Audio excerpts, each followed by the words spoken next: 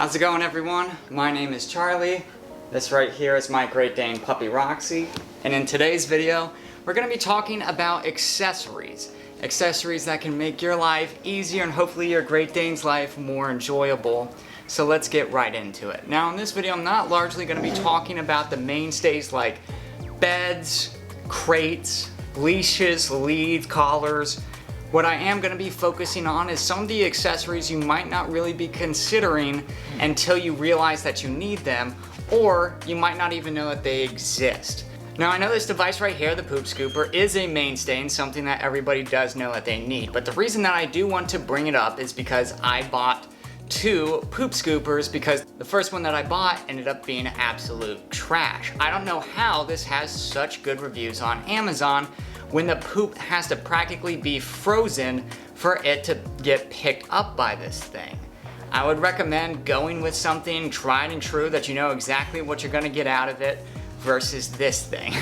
One of the devices that I found that ended up being really helpful because of how affectionate Great Danes are, and we love them for that, but sometimes we just need a little space to ourselves. We just need a little time to do something. This is one of the few things that if Roxy goes outside, she can actually entertain herself with this device.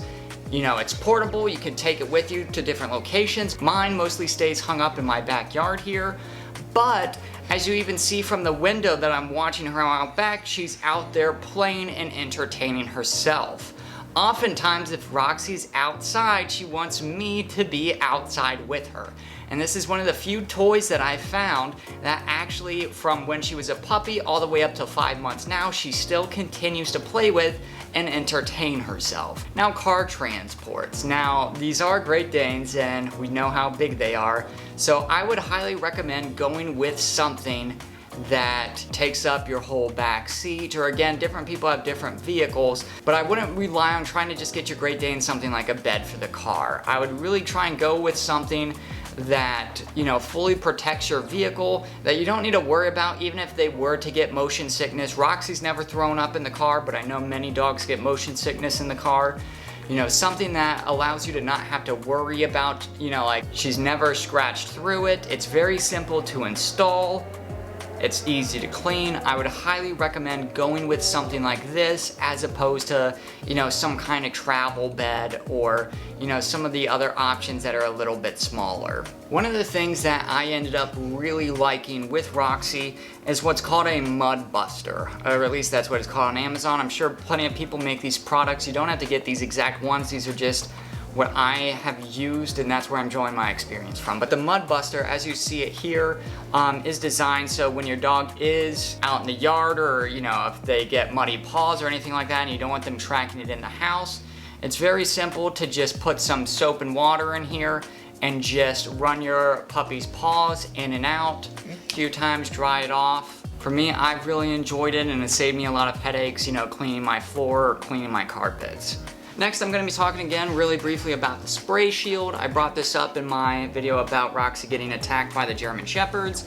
This is a device that the AKC recommends to help you deter or break up a dog fight. Almost functional like pepper spray, very lightweight and portable, and essentially AKC recommends that you could spray this into, you know, a dog's face and it's not going to cause it any harm, but it will deter and help break up a dog fight. So here are two products that I do want to compare real quick. There are two things that I bought in order to help keep my dog anchored in the back seat when transporting her. And this is the first one that I got here. And I thought, wow, this is nice and simple. This clips into a belt buckle. This clips into the back of her harness. But what I found is that it was okay when Roxy was a very young puppy, but very quickly Roxy found out that she is strong enough to just pull this right out of the buckle, and she can now just walk around the back seat. So instead of going with something like this, what I would recommend is something like this, where you're dealing with very strong material that gives you a lot of opportunities for what you want to anchor this down to. It can be the back of the seat, it can be in the middle of the seat. There's a lot of things in your car that you can anchor this down to. And then, you know, this obviously can connect to the back of your dog's harness or whatever, but this is a really strong, nice material. I would really highly recommend going with something similar to this versus something that just snaps into a seatbelt buckle.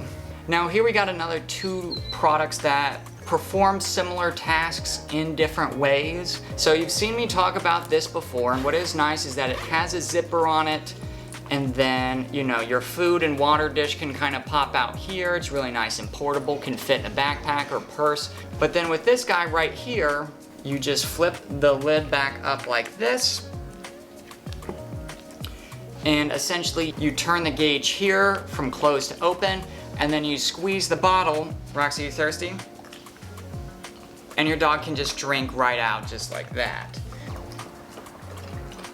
Roxy, how thirsty were you? All right. So both of those have their pros and cons. You don't need to just have one, or you don't need to have either of them, but it is important to be able to keep your dog hydrated. So just wanted to throw those out there.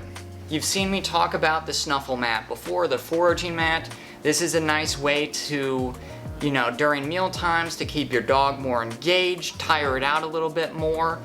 And this is another similar kind of foraging mat that I had also purchased. Now the thing about Great Danes, if there's ever an accessory you're thinking about buying but you're concerned about the size, it is typically better to buy that in person, unless you are somebody that is willing to go through the work of returning things on Amazon or through other sites. So the problem that I have with this device is that I bought it with the hope that Roxy would be able to fit her nose into these things right here that normally house these carrots. But it was one of those things that obviously, even at 5 months, her nose can't fit into that. So it wasn't really accomplishing what I was hoping for. Obviously, the rest of the mat is still very much usable, but it was kind of a downer, so I'm not trying to just rain on this other product. I still think it is really good. My point is that when you are looking at accessories, if you are ever concerned whether or not it is going to fit the size of your Great Dane, I would really try and get that product in person, where you can really see just firsthand how big it is. So thanks for rocking with us, everyone. That's all we got for you today. Obviously, we can't cover every single accessory, but hopefully some of these recommendations will help save you money from buying poor products or products that aren't going to do what you hope that they do. And maybe some of these recommendations will even leave you prepared for some situations you haven't even come into yet. But we appreciate your support so much on this channel. We hope that you stay tuned for our next episode. But thanks for rocking with us. Have a great day.